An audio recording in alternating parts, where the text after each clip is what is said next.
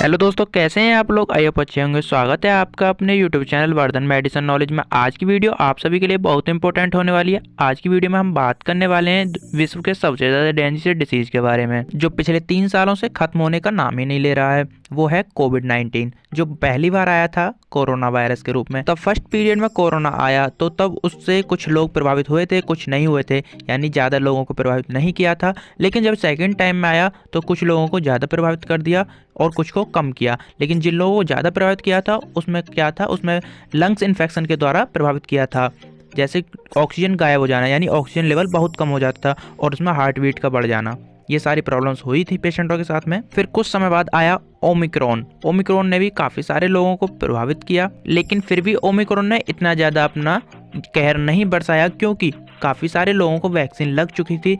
उसमें भी second dose तक लोग पहुंच चुके थे, तो इस वजह से काफ़ी सारे लोगों को प्रभावित नहीं कर पाया। लेकिन हाँ, बड़े बुजुर्गों को प्रभावित किया। अब तक कोरोना वायरस ने उन लोगों को प्रभावित किया जिनको पहले से कोई ना कोई बीमारी थी, जैसे lungs infection, TB, sugar, liver problem या फिर लीवर का ऑपरेशन। इन सारी डिसीज के द्वारा ही कोरोना वायरस ने ज़्यादा प्रभावित किया और उसी समय काफ़ी सारे लोगों की भी डेथ हुई और काफ़ी सारे लोग काफ़ी टाइम तक आईसीयू या फिर हॉस्पिटल में एडमिट रहे। चलिए गाइस, बात करते हैं पिछले कुछ दिनों से कोरोना वायरस की फिर से सुनने में चर्चा आ रही है। देखिए क्या लक्षण है इसके और क्या ट्रीटमेंट इसमें चलेगा, सारी बातें करेंगे। वीडियो में बने रहें, वीडियो को जरा सा भी स्किप ना करें। पिछले कुछ दिनों से चीन, जापान, दक्षिण कोरिया, अमेरिका जैसे बड़े बड़े देशों में काफ़ी सारा फैल चुका है। तब स्टार्टिंग में कोरोना वायरस आया तो इसके काफ़ी सारे रिसर्च के बाद पता लगाया कि यह कोरोना वायरस है। कोरोना वायरस के बाद में ओमिक्रॉन आया और ओमिक्रॉन का उसी का पार्ट बन के आया है BF.7 वेरिएंट। BF.7 वेरिएंट के लक्षणों की बात करें तो इसके कॉमन 15 लक्षण हैं, जैसे गले में खराश होना, छींक आना, बहती नाक, नाक बंद, बिना कफ वाली खांसी, सिर दर्द, कफ के साथ खांसी, बोलने में परेशानी यानी गले में दर्द होना, मांसपेशियों में दर्द, गंध न आना, अधिक बुखार आना, कपकपी के साथ बुखार आना, लगातार खांसी, सांस लेने में समस्या, थकान महसूस होना। यदि आपको इन लक्षणों में से कुछ लक्षण आपको दिखाई देते हैं तो आप अन्य लोगों से कम 5 दिनों तक न मिलें, यानी कि उनके साथ ना बैठें, आसपास ना रहें। यदि कोई बुजुर्ग है या बच्चा है तो उनके पास 10 दिन तक संपर्क में ना आए। जैसे आप पहले से अब तक सावधानी बरतते हुए आ रहे हैं और आगे भी ऐसे ही बढ़ते रहें, क्योंकि यह एक डिसीज़ है जो आपके लिए कभी भी घातक हो सकती है। लेकिन काफ़ी सारा डोज यानी कि वैक्सीनेशन होने के बाद यह ज़्यादा प्रभावित नहीं करेगी। लेकिन हाँ, ये भी है कि आप बचकर रहें, यही आपके लिए बेहतर है।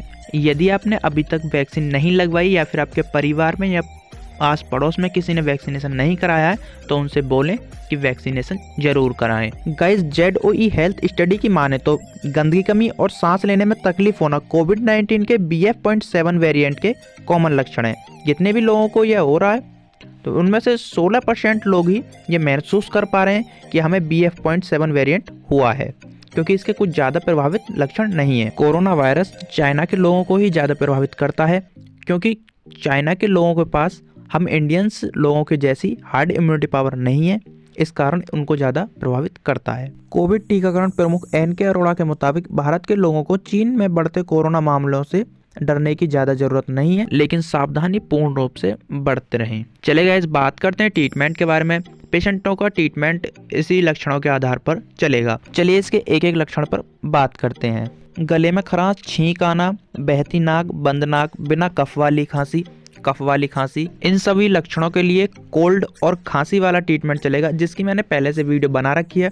उसका लिंक मैं डिस्क्रिप्शन में डाल दूंगा, आप उसमें जाके देख लें। यदि मैं इसका ट्रीटमेंट के बारे में चर्चा करता हूं तो वीडियो काफ़ी ज़्यादा लंबी हो जाएगी, इसलिए पहली वीडियो देख लें। कुछ अगले लक्षणों के बारे में बात करें तो अगले लक्षण है सिर दर्द, बोलने में परेशानी या गले में दर्द, मांसपेशियों में दर्द। इसमें हम टैबलेट यूज़ करेंगे। सबसे पहले दर्द के लिए यूज़ करेंगे aceclofenac and paracetamol tablet use करेंगे, जिसे हम दिन में 2 बार या ज़्यादा ज़रूरत होने पर 3 बार भी पेशेंट के लिए दे सकते हैं। इसी के साथ पेशेंट के लिए एंटीबायोटिक ड्रग जरूर देना होगा, जैसे हम दे सकते हैं एजिथ्रोमाइसिन 500 mg दिन में 1 बार, या दे सकते हैं एमोक्सिलिन 500 mg दिन में 2 बार। गले में दर्द होता है, उसका ट्रीटमेंट की मैंने वीडियो बना रखी है, उसका लिंक मैं डिस्क्रिप्शन में डाल दूंगा, उसमें जाके आप देख लें। नेक्स्ट लक्षण है इसका गंध न आना। देखिए जब गंध नहीं आएगी पेशेंट के लिए, उसका कारण है जुकाम खांसी। तब पेशेंट का जुकाम और खांसी ठीक हो जाएगा तो सुगंध और दुर्गंध दोनों आनी स्टार्ट हो जाएंगी। नेक्स्ट पॉइंट है